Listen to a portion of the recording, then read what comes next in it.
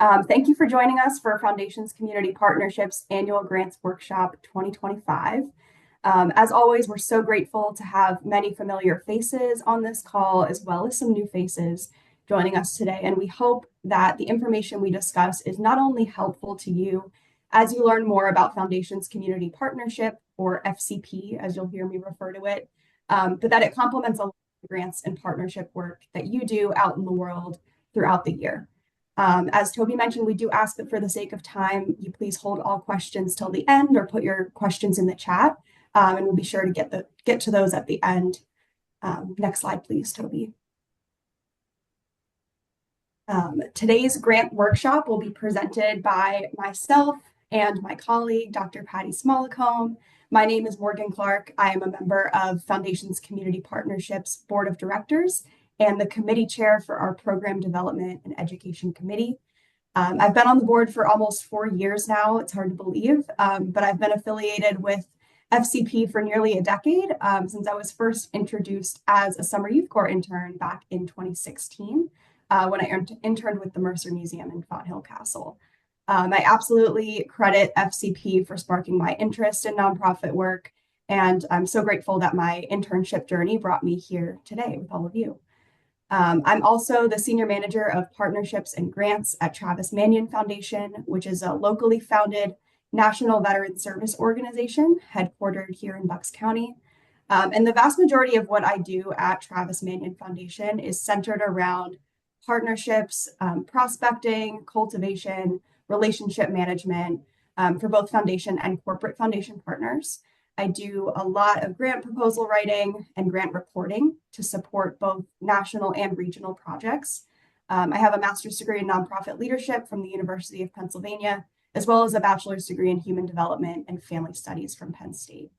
I also have the privilege of learning from amazing colleagues such as Dr. Patty Smallacombe. So I will pass the baton over to her to introduce herself. Thank you, Toby, and thank you, Morgan. Good morning, everyone. It is great to see some familiar faces, and we're excited about the new organizations and those of you who are coming to join us today. As Toby said, I've been a board member of Foundations Community Partnership since March of 2019, and I do serve with Morgan on the Program Development and Education Committee.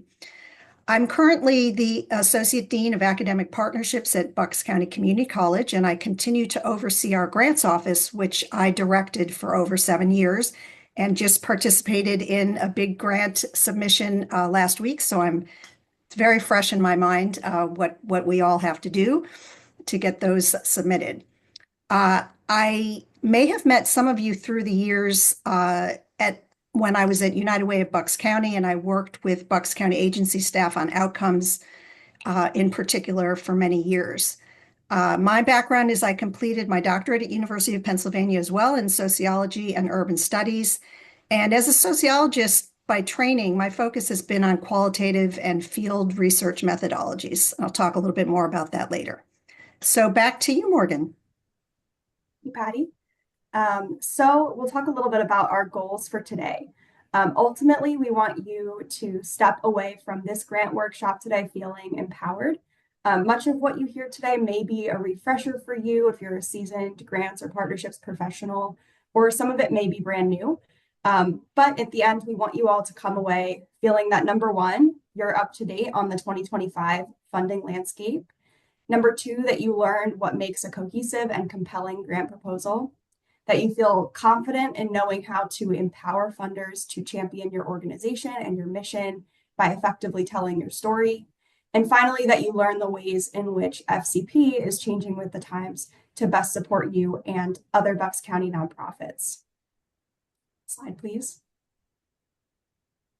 So Patty and I love our quotes. You'll see a couple of these throughout the presentation. Love this one by the nonprofit Fixer. Fundraising is a partnership. You are not asking a donor for a favor when you ask for money. You are doing them a favor by inviting them to fund the world they want to see. They are the donor. You are a doer. It's a partnership.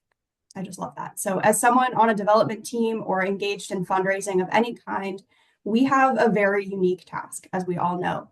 Unlike a for-profit sales role, which is defined by transactions and tangible products, we have an impossible task of selling impact. Many times, the impact that we want to see in the world doesn't exist yet, which is why we're all here, why our organizations exist, to solve problems and meet community needs. And we're tasked with building authentic and trusting relationships with supporters, whether those are individual donors or large corporations or foundation partners. And those relationships result in monetary investment, in results we want to see in the future. The impact of our work goes beyond a single program or a single project, a single, let's say, summer youth camp or community garden rebuild. It's found in the intangibles. So the connectedness, access to healthy food, positive mental health outcomes. Grant applications can seem very limiting. It's hard to fit our whole mission into an application. And they often do quite literally limit you with character and word counts. But we hope that this session will inspire you to view your proposals for support as a story and one that prospective funders will feel invited, as the quote says, to be part of your organization through their funding. So before we jump into the storytelling, which is kind of the theme for today, we'll discuss some recent trends in the grant landscape in 2025. Next slide, please. So as we all know, the nonprofit landscape is ever changing, and 2025 is certainly no exception to that. Today, the work that we do within our organizations is more vital than ever, and it's important that we stay on top of the trends and the changes being made that both affect our funding opportunities, but also just the environment in which our organizations exist. So the first one I want to talk about is the increase in collaboration and collaborative funding models. So this one's really exciting. A collaborative funding model refers to a strategy where multiple foundations are pooling their resources together to fund projects and organizations under a common goal or a common mission.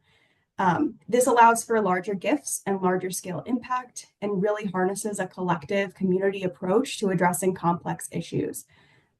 This provides grant applicants access to multiple funders at once within one funding opportunity, one application, but it also puts funders in community with each other, positioning themselves to better serve community needs, to collaborate and work together, and do things that they might not be able to support on their own. Foundations Community Partnership is actually involved in one of these collaborative funding models with the Collaborative Impact Fund of Bucks County, where FCP, BLBV Charitable Foundation, and Bucks County Foundation all come together to support a larger grant opportunity. So that's something we're going to be seeing a lot more of this year and in the coming years. The next recent trend is an increased focus on impact-oriented giving. According to Grants Professionals Association, grant makers are shifting away from simply asking for outcomes and reports and are prioritizing measurable impact. So for example, there are far less funders today asking for information as simple as how many youth did you impact? But rather they want to know the what's next. What's the short-term, long-term impact of what you accomplished? And Patty's going to get into that a little bit more shortly, the later end of the presentation. There is also a dramatic increase in the use of AI and various grant management technology. Whether we like AI or not, it's here, and I don't think it's going away. And while I'm sure none of us would recommend handing over a partnership relationship to a robot to manage, or at least I hope we wouldn't, there are definitely advantages to some of these tools.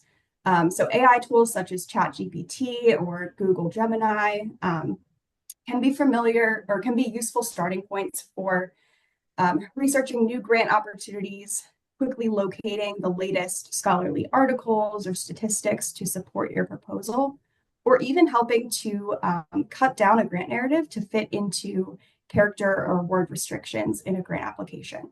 Personally, I go by the rule of trust but verify. So trust but the AI tool can perform a task, but always double or triple check your sources and verify your results. At the end of the day, AI is informed by humans and it's still very much flawed. So, but I think if you use it in moderation and manage it correctly, it can be a supportive tool to make your workflow more efficient. Next slide, please. Sustainability is something that we have featured in this workshop over the past 3 years as a trend. but it's probably better characterized as something that is just continuing to increase in importance over time. Funders want to know that your organization is stable enough to sustain its impact beyond the grant period. I won't get too much into this because Patty is going to discuss it a bit more pretty soon when she discusses grant budgets and how to demonstrate your organization and your project sustainability through your grant narrative. And lastly, but certainly not least, there are many changes and updates being made at the federal level that are informing the funding landscape, especially with regards to federal grants and grant making priorities. As we know, as of January 29th, the federal funding pause was rescinded. However, it's important for nonprofits to stay informed regarding potential changes in the future. The best way to prepare to weather these changes is to diversify your funding streams as much as possible, which goes back to that point of sustainability. Diversifying between corporate, foundation, and government funders is a really great way to ensure that your organization remains in a healthy financial position and is not overly dependent on one funding source. The Chronicle of Philanthropy is a really great publication to subscribe to. We'll include that in our resources at the end of this presentation. But I've found it really helpful to stay up to date on the latest executive orders and just legislation in general, especially when it comes to some of the changes that are targeting DEI efforts or organizations who rely heavily on DEI. So staying informed and connecting with your fellow nonprofits is the best way to weather this uncertainty moving forward. And now I'll pass it off to Patty to discuss the main elements of a grant. Thank you so much, Morgan. So there are really three main components, the narrative, the budget, and the outcomes that are part of your grant application, and they must align to tell a quality story and produce a quality grant proposal and application. Morgan's going to illuminate important aspects of the narrative component next, but I want to mention the other two that can equally tell your story in a very impactful way. The budget can be seen as a fiscal description of the programmatic elements of your project. And I think that's often overlooked as a way to demonstrate how you're going to implement your program effectively and efficiently. The outcomes can be seen as the results or the impact description of your programmatic elements of your grant project. So budget and outcomes are often seen as separate from the narrative, but allocations to personnel, activities, supplies, equipment, consulting, food, they show how your activities will be supported. Many funders are concerned when a grantee has not spent any funds in a given fiscal period, as spent funds are often seen as evidence of grant activity, and there is some truth to this.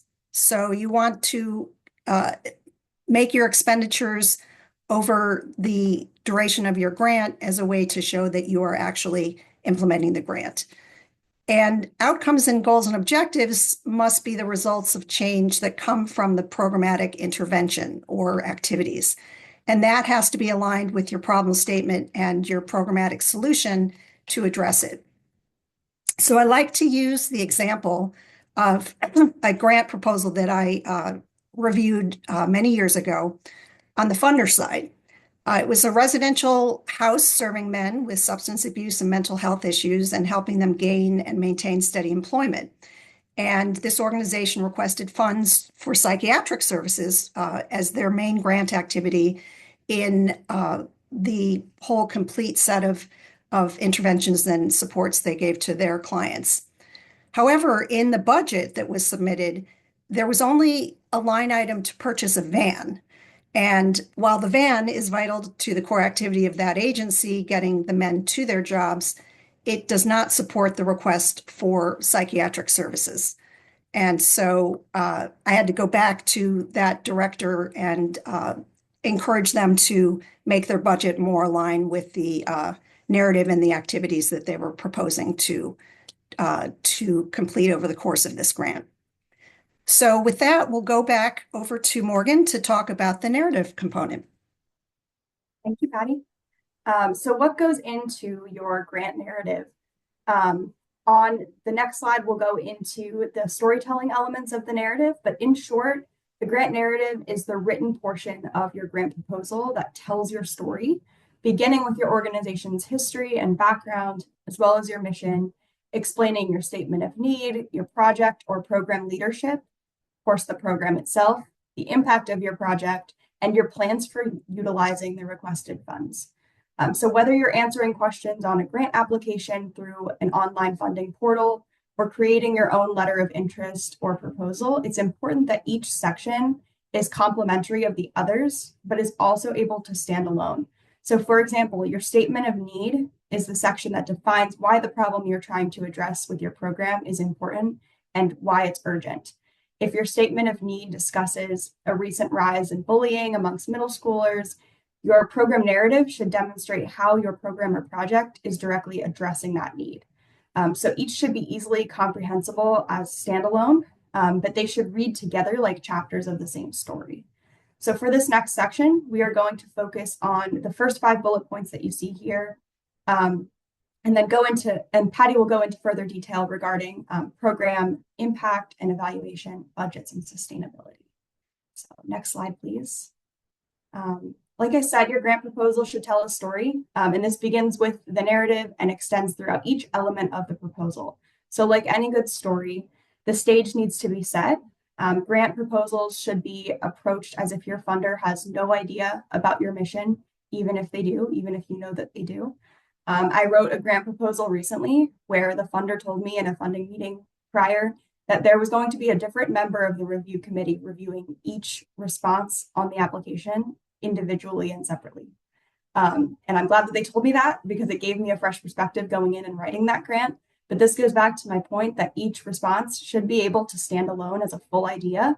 But really, for the most part, they should read like a story altogether. And I thought that was kind of a funny approach to reviewing the grant.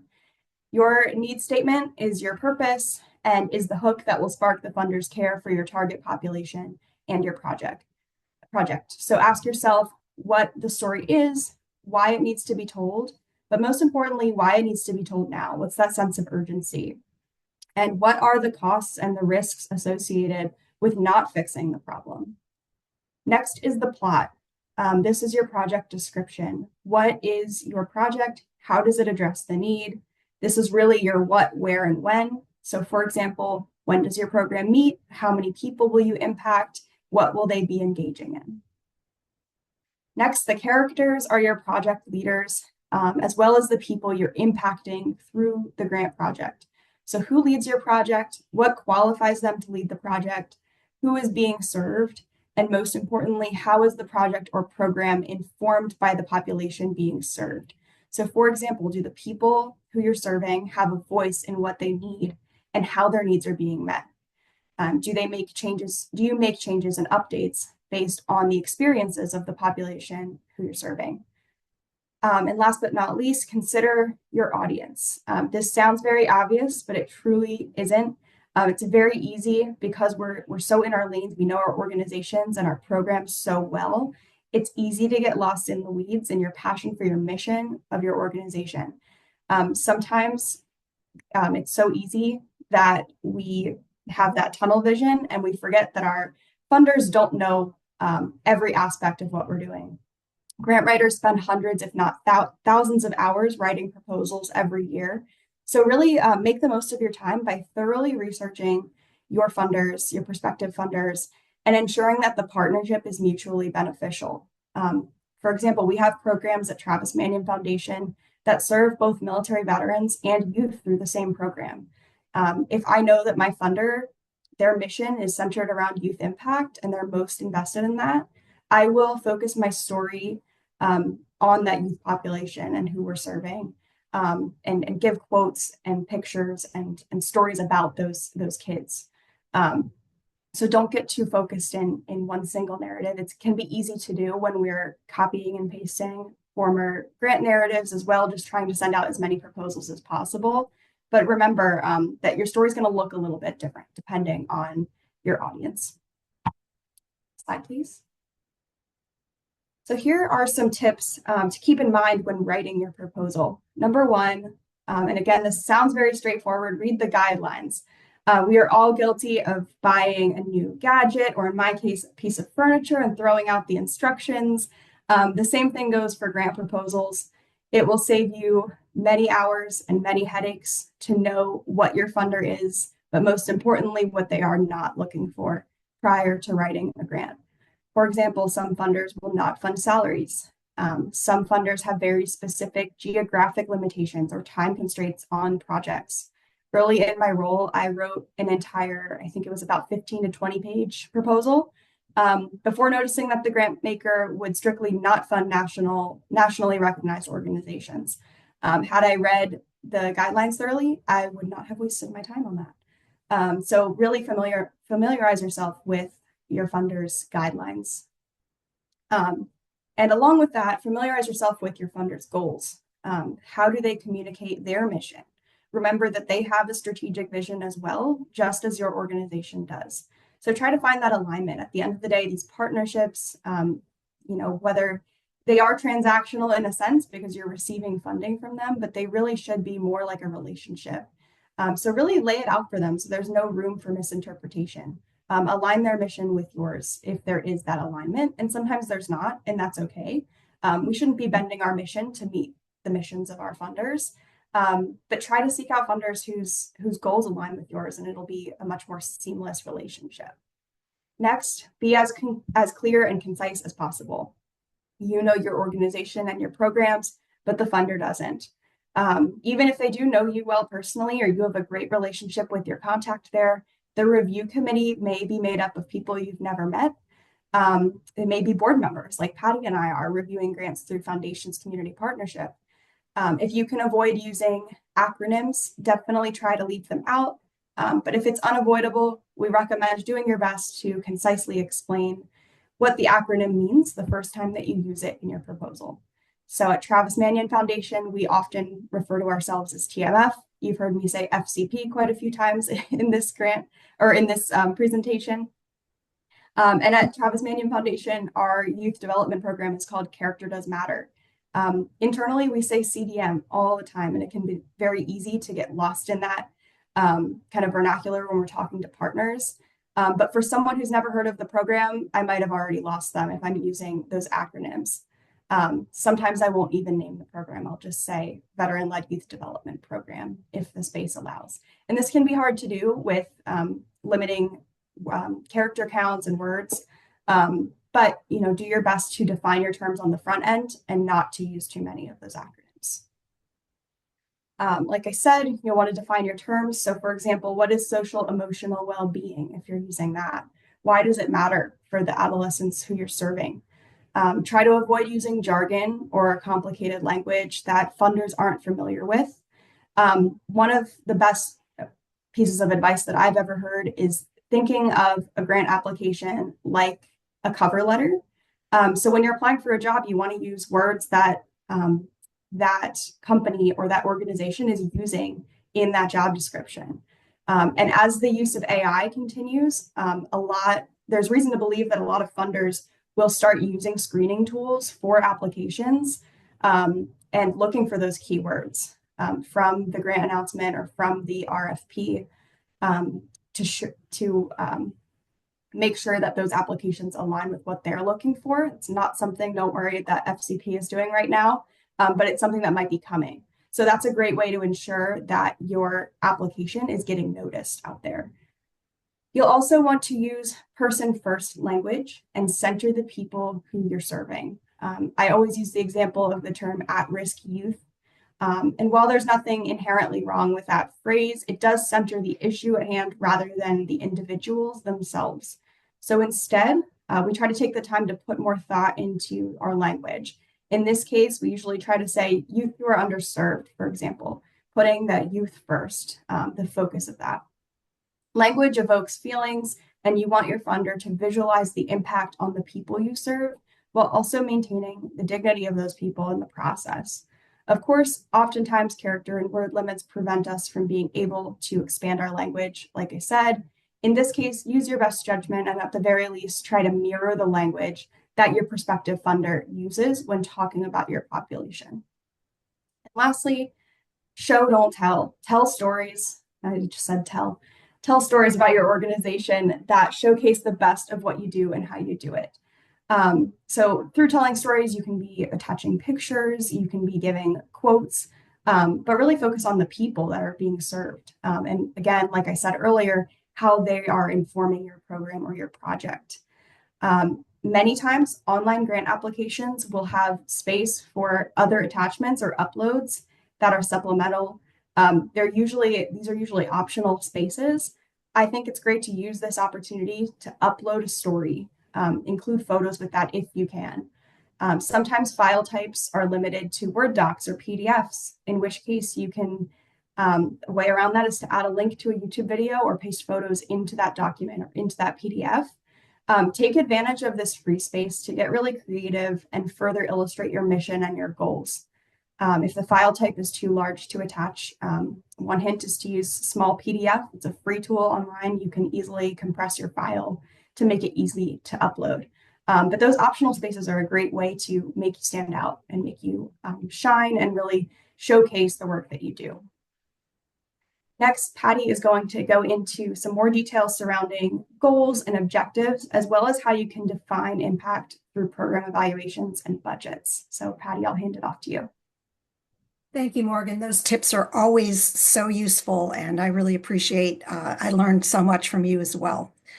So this part of our presentation is going to go a little bit into details about outcomes and details about budget. And then we'll go back to Morgan to talk a little bit more about Foundation's community partnership and what we're doing as a funder there. I'd like to take this moment to define some basic but important terminology and components for the structure of a project that allows for meaningful assessment. A well-planned project is based on the alignment of these guideposts. We have goals that are outcome statement that define what an organization is trying to accomplish, both programmatically and organizationally. Your objectives are very precise, time-based, and measurable actions that support the completion of that goal or those goals. And your outcomes show what changes and results you expect to see from your program participants in the community, wherever you're delivering your grant project. So an example of a goal would be that an overarching goal would be that clients achieve financial sustainability, if that is part of what your organization is able to do to help individuals in the community. Outcomes would be, and I'm going to break this down into timeframes, which is important because often that's what funders want to see. In the short term, clients will learn about budgeting and credit.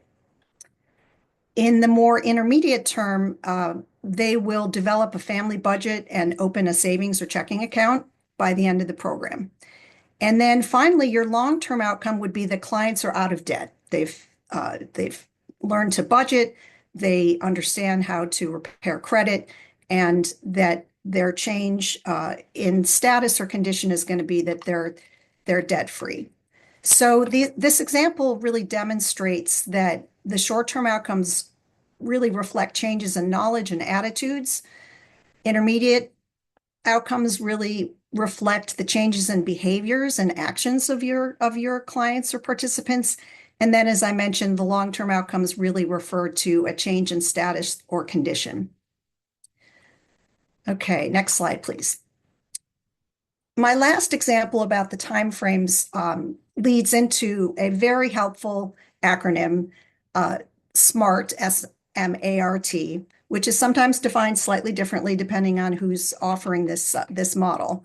But it really guides the drafting of objectives and really the main concepts that make for strong objectives that align with your goal. So SMART objectives include the actions of the grant that lead to the outcomes and demonstrating that the goal has been reached. Objectives lead to results and change and success for program participants or clients. So we give another example here of a program that mentors elementary school students who are vulnerable to the effects of poverty. And a time-bound aspect of this is that the long-term outcomes could be promotion to the next grade, but they should not be that these students are going to graduate high school. And I'll explain why that's important in a moment.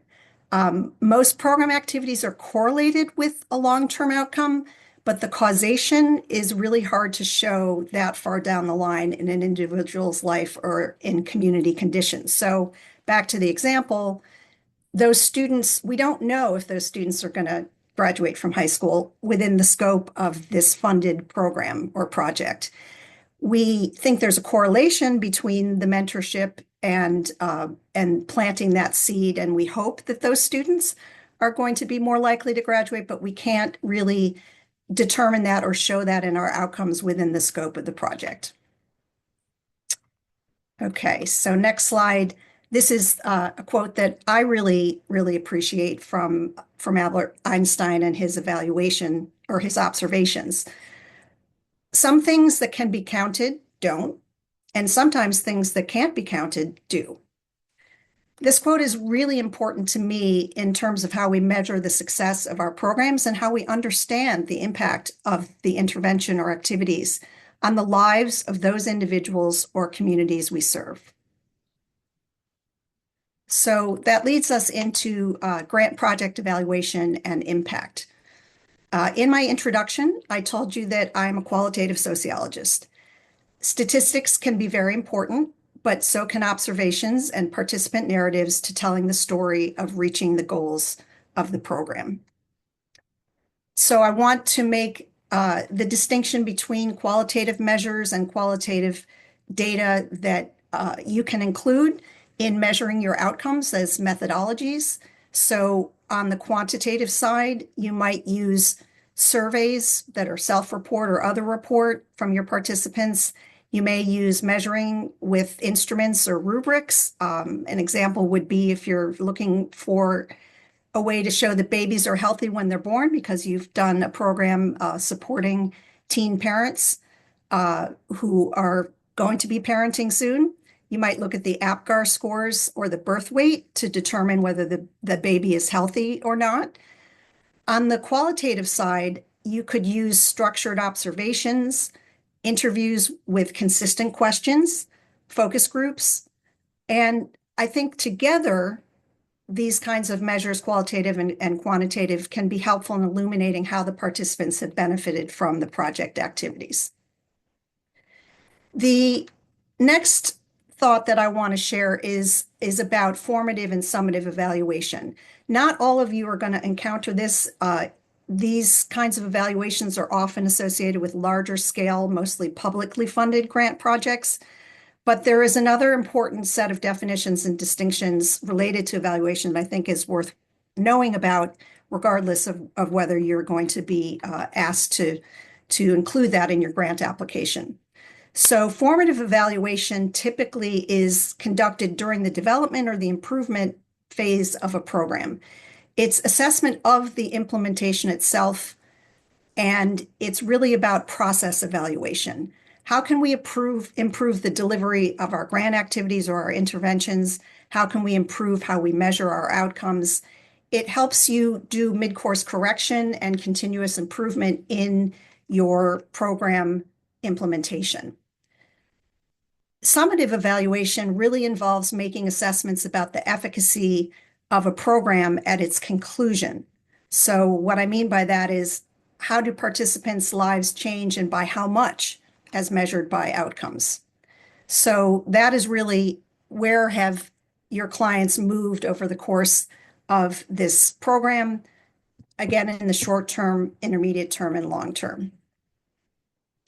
Now, a really important point and distinction to make is between the terms outcomes and impact.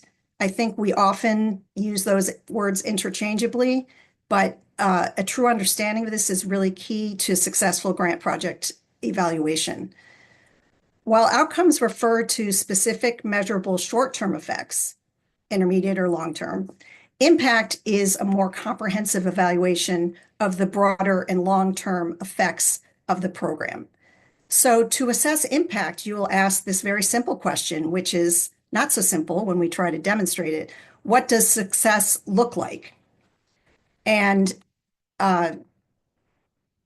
next slide. I like to use this example. It's excellent and dramatic uh, way to illustrate what impact of social change through multiple approaches and interventions would look like on a societal level. So I use the example of smoking. As you can see on the slide, there were some landmark changes, policies, interventions that brought us to where we are today, reducing smoking among the general public.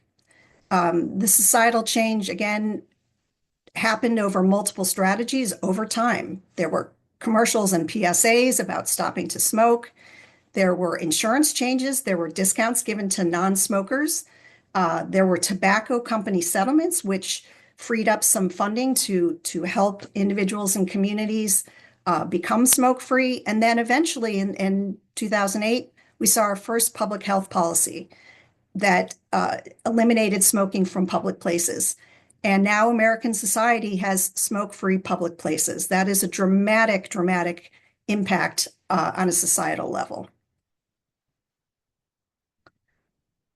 All right, so now we are back to budgets. And I wanted to go into more depth here about the budget as part of the grant application trio or components that make for a really strong application. And again, soon we'll hand it back to Morgan. Um, the grant budget, again, is a fiscal description of the programmatic elements of your grant project.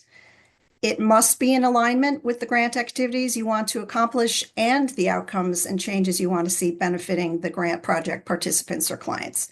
So you remember my previous example, please don't put the cost of a van for a project that has a goal of providing psychiatric services to clients. Instead, a more appropriate line item for this grant project budget would have been consultants, in this case, psychiatrists, who will be compensated for specifically defined number of hours dedicated to providing that care to the clients. Here are some key questions to ask yourself and your team when putting together a grant project budget. And this connects with what Morgan was talking about in telling your stories. So when you talk about your participants in the budget, you want to ask something like, what is the cost of recruitment? How do we get those participants into our program? Those costs often include marketing and outreach. Oftentimes there's not a line item for marketing, so you might have to put that into the other line item. Another important cost that needs to be considered is the travel costs and the travel line item. You ask your team who is traveling and for what purpose and which staff are going. Are students going?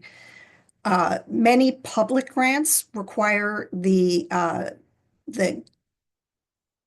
key staff, the project and the program investigator to attend conferences.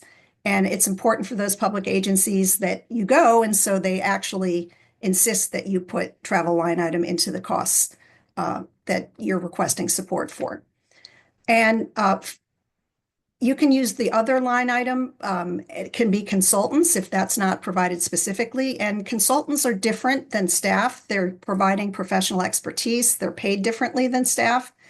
Evaluation consultants is an example when you need to bring in external evaluators for, again, probably a big public grant project. And finally, as we all know, food. You bring your food and your participants will come. So please do include that when you can. I'm just going to talk a little bit about indirect costs. Administrative overhead is very important to include if a funder allows for this line item.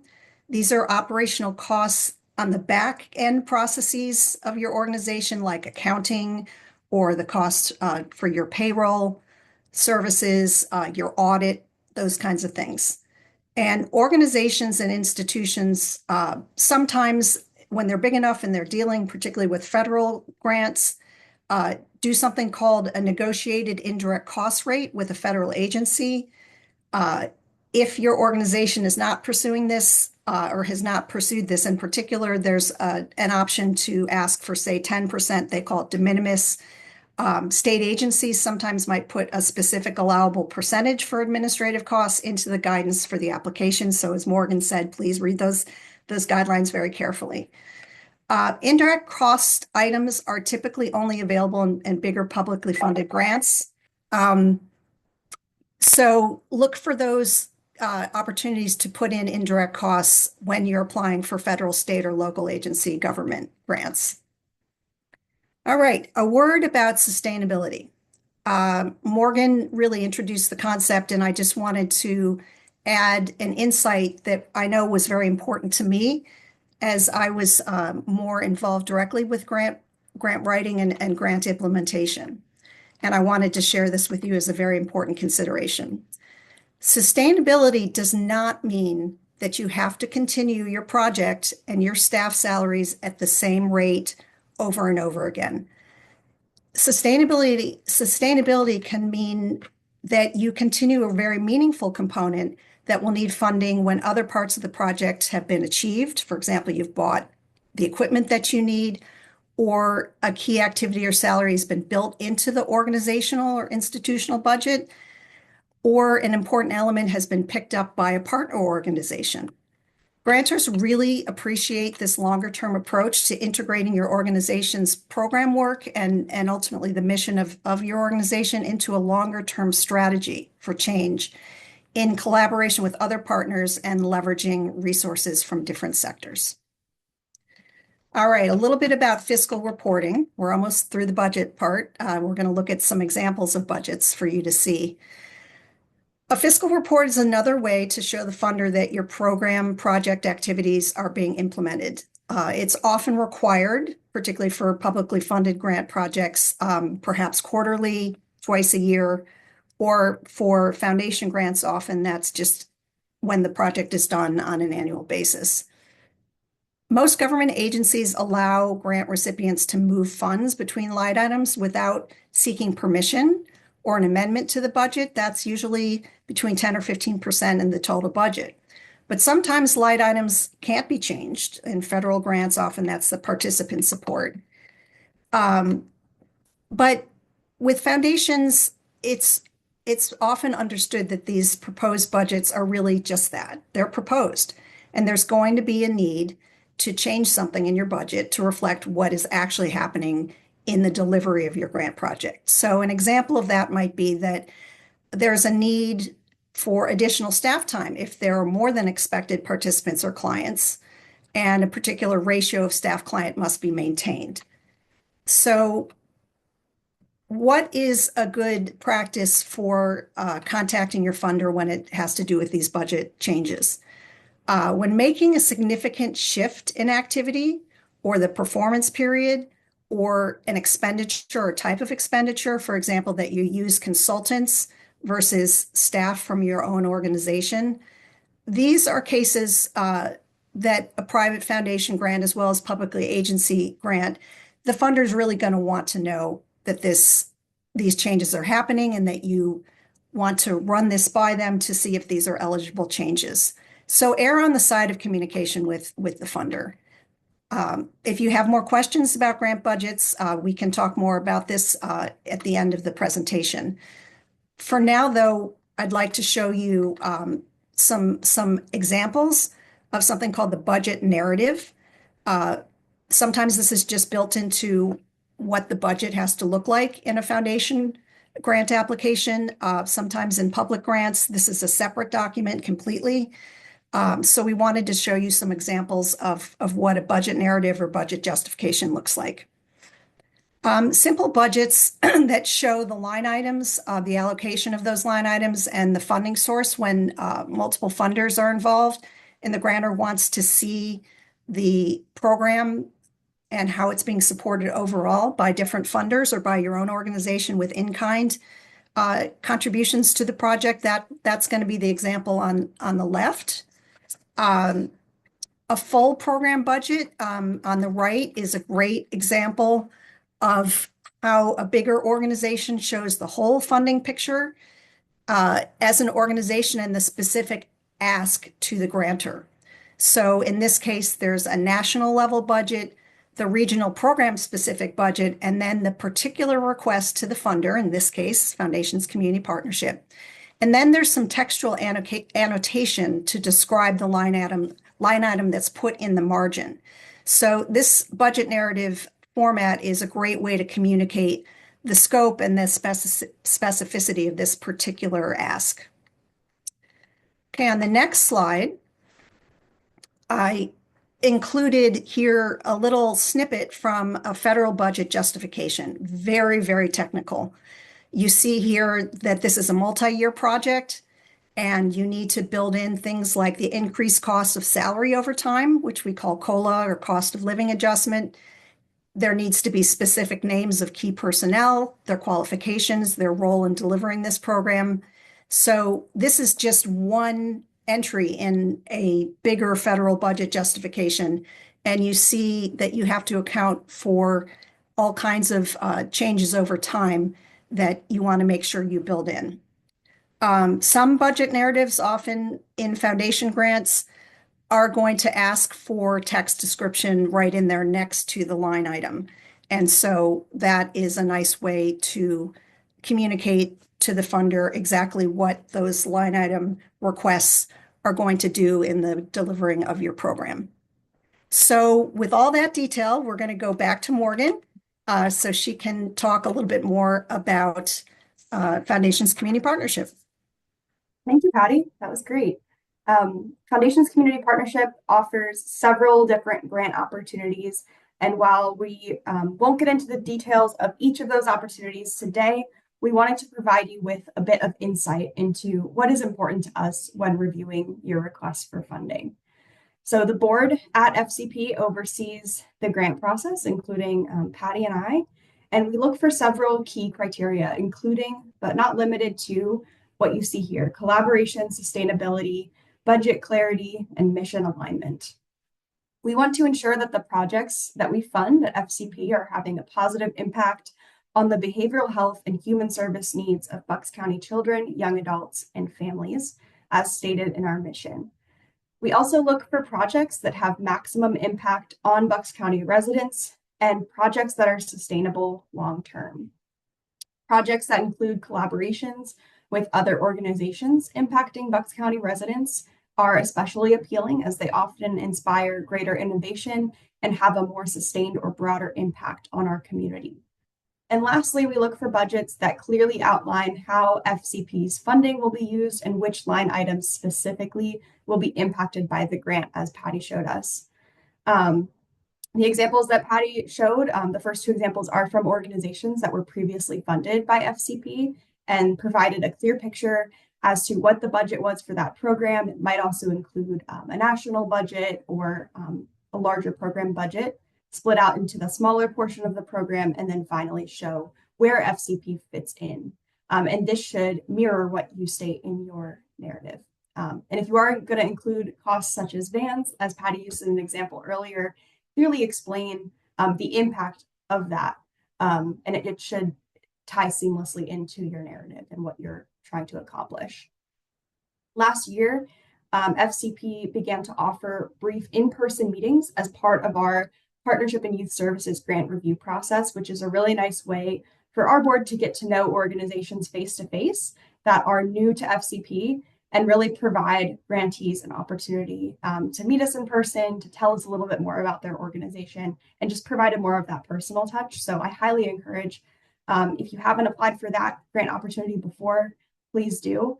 The next cycle will be taking place in August 2025. Okay, so one of my favorite things about Foundation's Community Partnership is the organization's commitment to our nonprofit community and flexibility with regards to making changes for the betterment of our grantees. As a grant writer myself, it's very rare that I encounter other funders. Actually, I don't think I've ever encountered a funder that does the sort of self-reflection that FCP does and the changes that we're already trying to make to get up to speed with the times. So to give you all a snapshot of some of the awesome work that is being done at FCP, here's a quick overview of what is new about our grant making in 2025.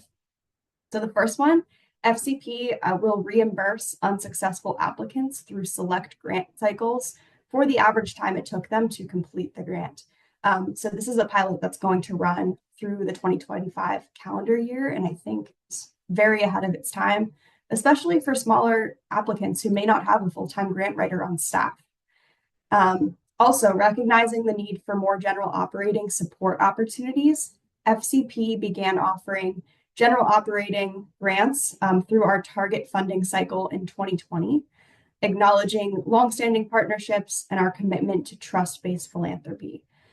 This year, we have eliminated all budget restrictions, such as a previous restriction we had on funding for salaries and benefits in order to allow funds to be allocated where they are most needed by your organization. We recognize that grant recipients rely on staff or consultant time for the delivery of their programs, so it's only natural for our funding support to support salaries and benefits as well. In the past, first-time applicants needed to apply to either the Partnership and Youth Services Grant or Nonprofit Growth Grant cycles before accessing our larger programmatic and capital grants. Now, first-time applicants will have access to virtually all grant opportunities after discussing their capabilities and needs with FCP.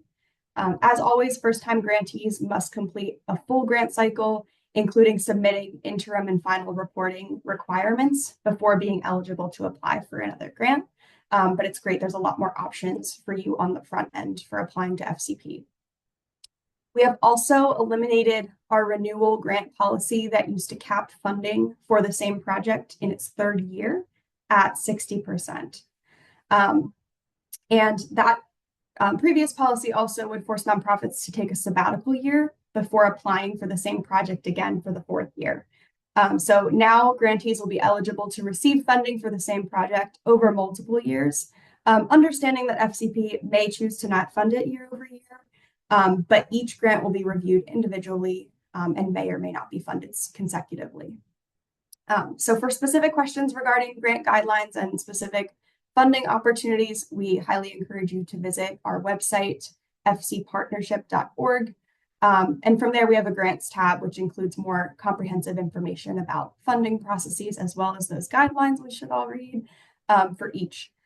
And before we let you go, we wanted to go through some resources that Patty and I recommend.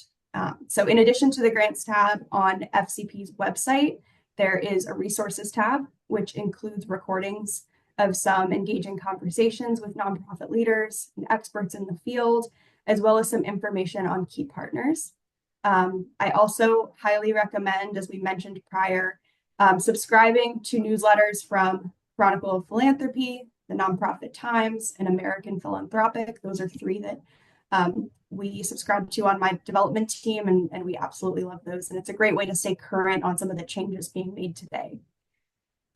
Last year, FCP welcomed Vu Le.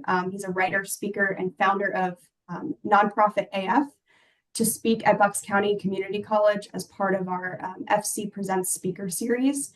He has several books, including Unicorns Unite, How Nonprofits and Foundations Can Build Epic Partnerships, and Unicorns on Fire, which is a collection of his Nonprofit AF blog posts.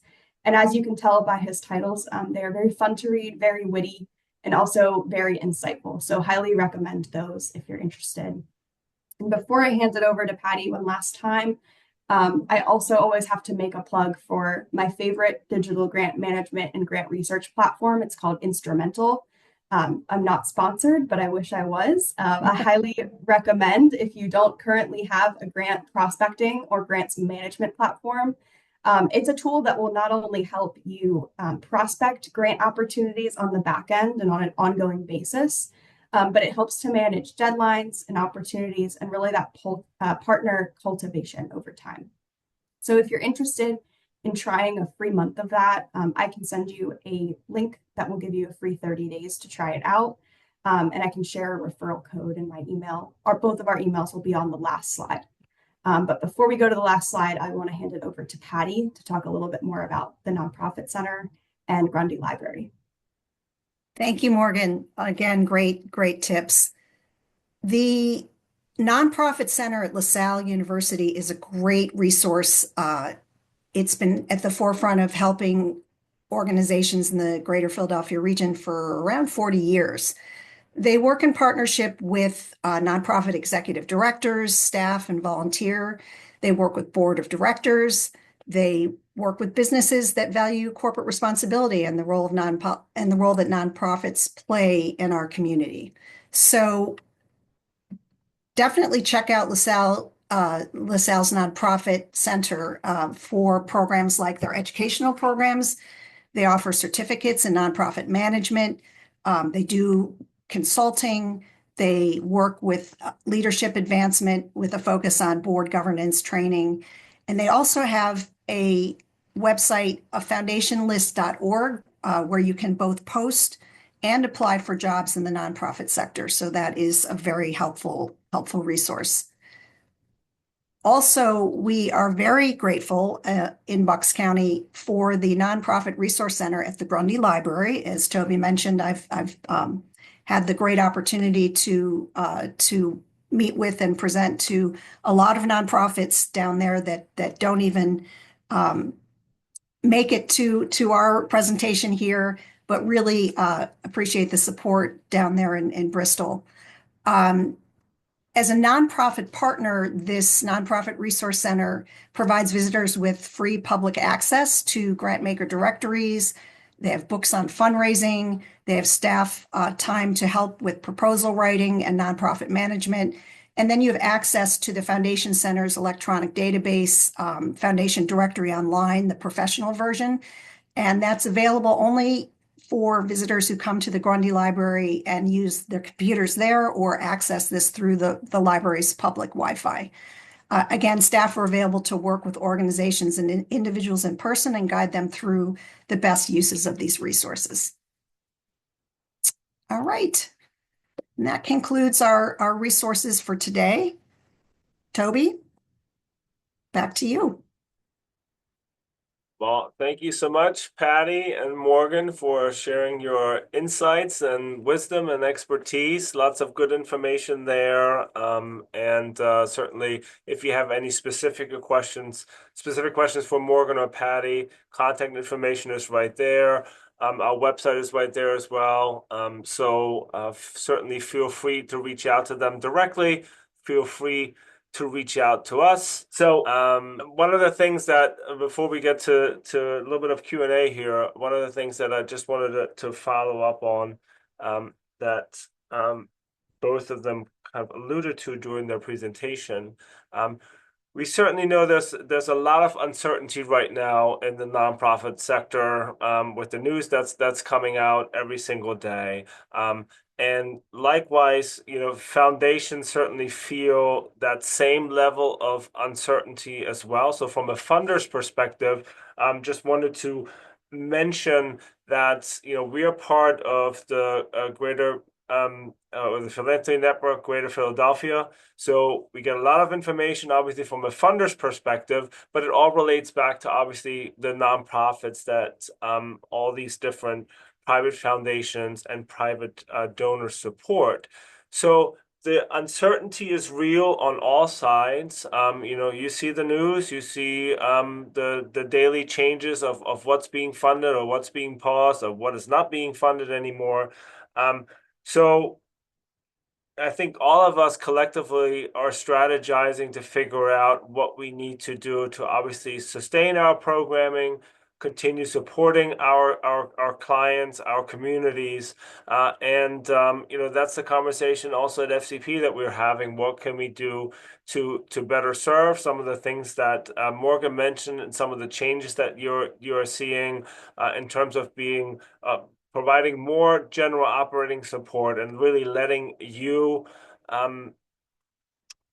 put your budget together to where you see the greatest need is, directly translate obviously to our efforts to make sure that you have all the resources that you need when it comes to the programs that you wish us to fund.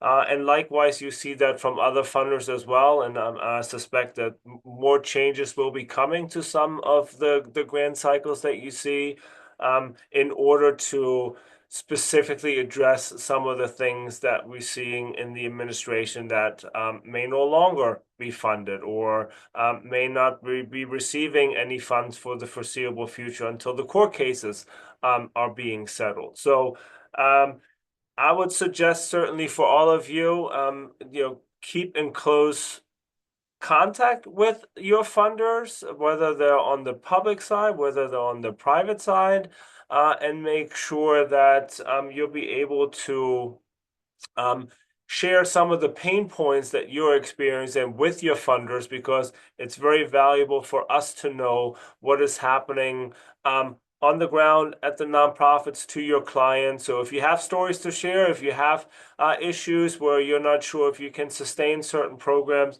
those are the things that are really helpful for your funders to know, so they can bring that back to the board level and make some decisions in real time in order to continue the support of your nonprofit. Um, so a couple questions that for our speakers today. Jane was asking, do you suggest either meeting or calling the funders to discuss their priorities? Morgan, Patty, I'm not sure which one of you want to take this.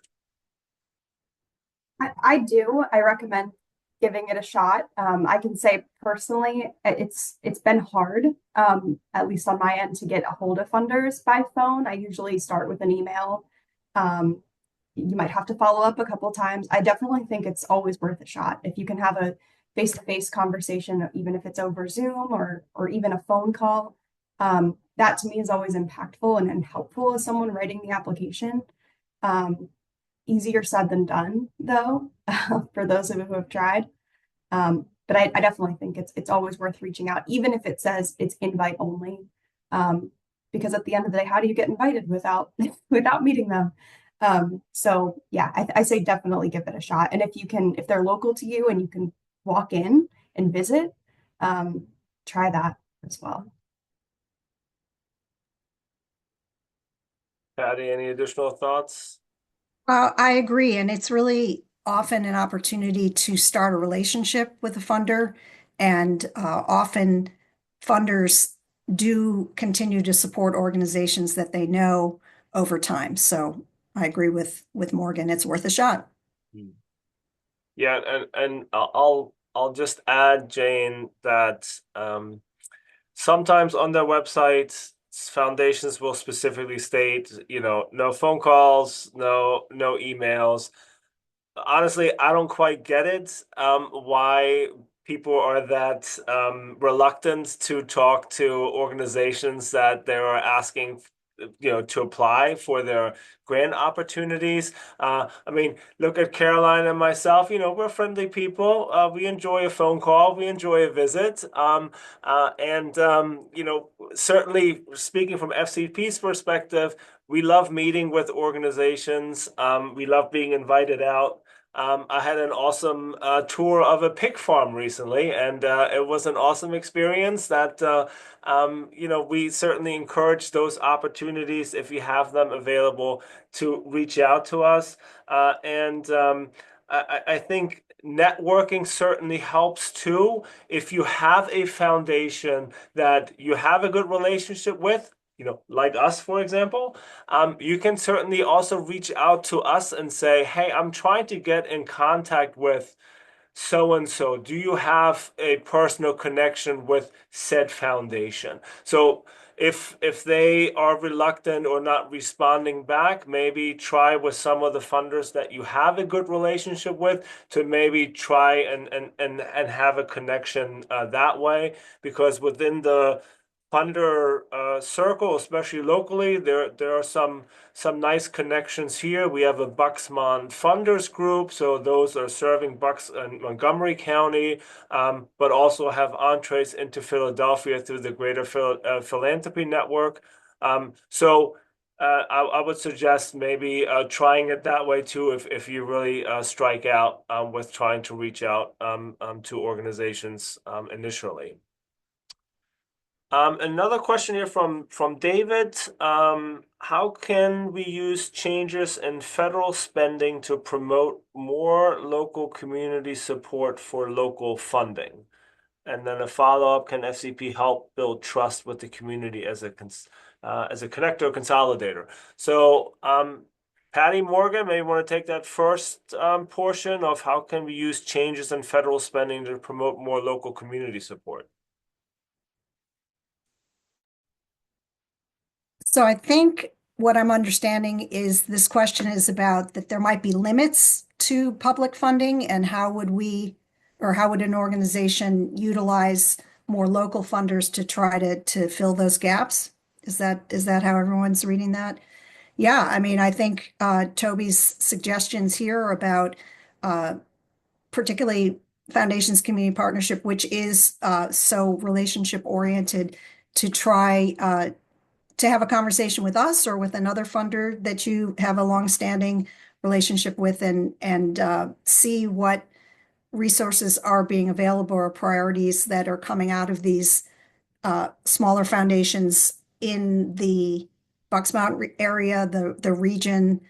Um, as Morgan and Toby said, these changes at the public level are going to be, at the federal level anyway, very uncertain, and uh, we really don't know. I would say look at the state funding, and county funding is often federal funding coming through the county, but it could be state funding as well.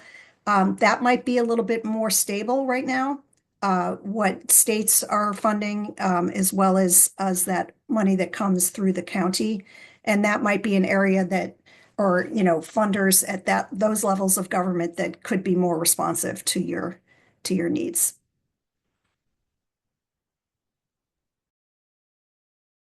Yeah, and I add, David, I mean, those pain points that we talked about earlier are really important so that we know as funders what it is that these pauses in funding or cancellations of funds are really causing your organization, and that's really important. I think there's also going to be a lot more focus on advocacy, especially at the state and federal level. So if you have a board that has some, names on it and has some sway in your community, that is certainly something too that you can consider. Um, Drafting a letter for your board, and if they agree to that, send that out to your local legislators to let them know what some of these funding pauses and or cancellations are going to do to your clients, and will be immediately felt in your community. So if you can provide some evidence of that or some numbers that you can share, that's pretty powerful. But at the same token, you can share that not just only with your legislators, but you can also share that information with your funders to make sure that they are fully aware of that what you potentially would be facing if some of that funding goes away, and your plans of obviously approaching your local community a little bit more to make sure that how you can fill those funding gaps in the future. And I know for some, obviously, that rely on a lot of federal funding, that's going to be next to impossible. So, communicating early, hitting that advocacy trail really hard, and make sure that people really know um, the consequences of their vote when it comes to that, and even in the delays in funding, what that may do to your workforce, what that may do to your client. So the earlier the better, certainly.